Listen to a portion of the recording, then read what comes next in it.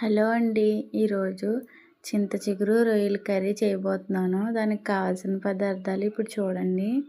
4 ఉల్లిపాయలు, 4 పచ్చిమిరపకాయలు కోసుకొని పక్కన ఉంచుకోవాలి. ఇంకా చింత చిగురు కాడలు తీసేసి పక్కన పెట్టుకోవాలి. అల్లం వెల్లుల్లి పేస్ట్ కొద్దిగా. ఇప్పుడు స్టవ్ వెలిగించి పెనం పెట్టి ఆయిల్ వేయాలండి. ఆయిల్ వీటెక్కిన తర్వాత మనం రొయ్యలు ఉంటాయి కదా, రొయ్యలు ఆయిల్లో వేయాలి. నేనైతే వనామీ రొయ్యలు తీసుకుంటున్నాను. మీరు వేరే కాలువల్లో దొరికి రొయ్యలన్నా తీసుకోవచ్చు. అవి ఇంకా టేస్టీగా ఉంటాయండి. ఇంకా వాటర్ పోయే వరకు ఫ్రై చేయాలి ఆయిల్లో. అప్పుడే కర్రీ టేస్టీగా ఉంటుంది. రొయ్యల్ని ఇలా ఫ్రై చేసుకోవాలండి. బాగా గరిటె పెట్టి తిప్పుకోండి. తర్వాత ఒక స్పూన్ పసుపు వేసుకోవాలి. పసుపు వేసుకొని బాగా గరిటెతో తిప్పిన తర్వాత బాగా ఒక 2 మినిట్స్ 3 మినిట్స్ వరకు సిమ్లో పెట్టుకుని మగ్గనివ్వాలండి. అప్పుడు రొయ్యలు బాగా కుక్ అవుతాయి అన్నమాట. ఇప్పుడు మంచిగా 5 మినిట్స్ వరకు సిమ్లో పెడితే ఆ వాటర్ అంతా మగ్గిపోతుంది. అప్పుడు రొయ్యలు అనేవి మంచిగా కుక్ అవుతాయి అన్నమాట. 50% కుక్ అయిపోతాయి. తర్వాత మనం చింత చిగురు తీసుకున్నాం కదా, చాటతో ఇలా చెరగాలండి. అప్పుడు దాంట్లో ఉన్న పురుగులు చిన్న చిన్నవి ఏమన్నా పోతాయి అన్నమాట. ఇప్పుడు రొయ్యలు ఉన్నాయి కదా, ఇవి ఫ్రై అవుతున్నాయి. అందులో చిన్నది అల్లం వెల్లుల్లి పేస్ట్ అనేది చెప్పాను కదా, అది వేయాలండి. అప్పుడు ఏ కర్రీలోనైనా అల్లం వెల్లుల్లి పేస్ట్ అనేది చాలా టేస్టీగా ఉంటుంది కదా. నాకు ప్రతి కర్రీలో అయితే నేను వేస్తాను. వేసిన తర్వాత ఒక 2 మినిట్స్ అలాగా గరిటెతో తిప్పాలి. అల్లం వెల్లుల్లి పేస్ట్ వేసాక పెనం అనేది మాడిపోతుంది. తిప్పుతూ ఉండాలన్నమాట. తిప్పిన తర్వాత కొంచెం ఆనియన్స్, పచ్చిమిరపకాయలు చెప్పాను కదా, అవి కూడా వేసేయాలండి. నేనైతే ఆనియన్స్ 4 కోసుకున్నానండి. మీకు రొయ్యలు ఎక్కువ అయితే ఎక్కువే కోసుకోవచ్చు. ఒక 5-6 పచ్చిమిరపకాయలు కోసుకున్నాను. ఇప్పుడు గరిటెతో బాగా తిప్పుకోవాలి. తిప్పి మంచిగా ఒక 2 మినిట్స్ వరకు సిమ్లో పెట్టి బాగా మగ్గనివ్వాలి. ఆనియన్స్ బాగా మగ్గితేనే కర్రీ టేస్టీ ఉంటుందన్నమాట.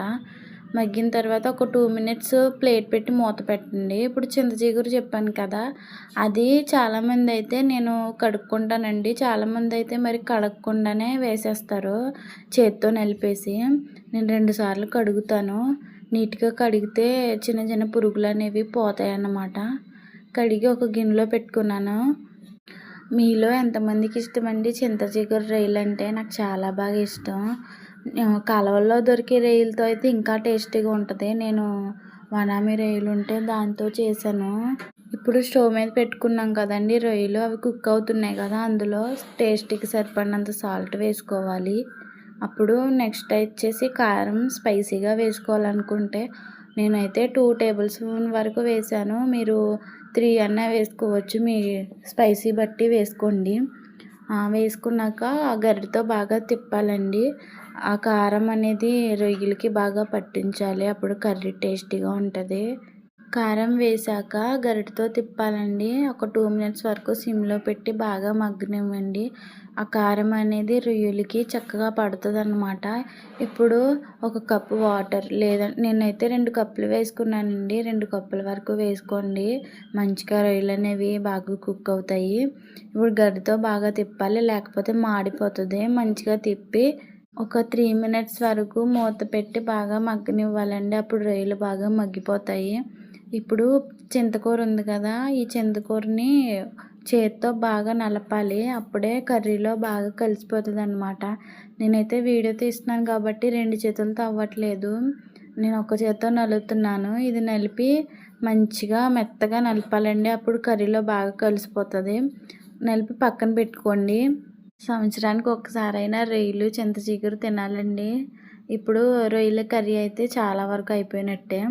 ఇప్పుడు చింత చిగురు ఉంది కదా, అది కర్రీలో వేసేయాలి.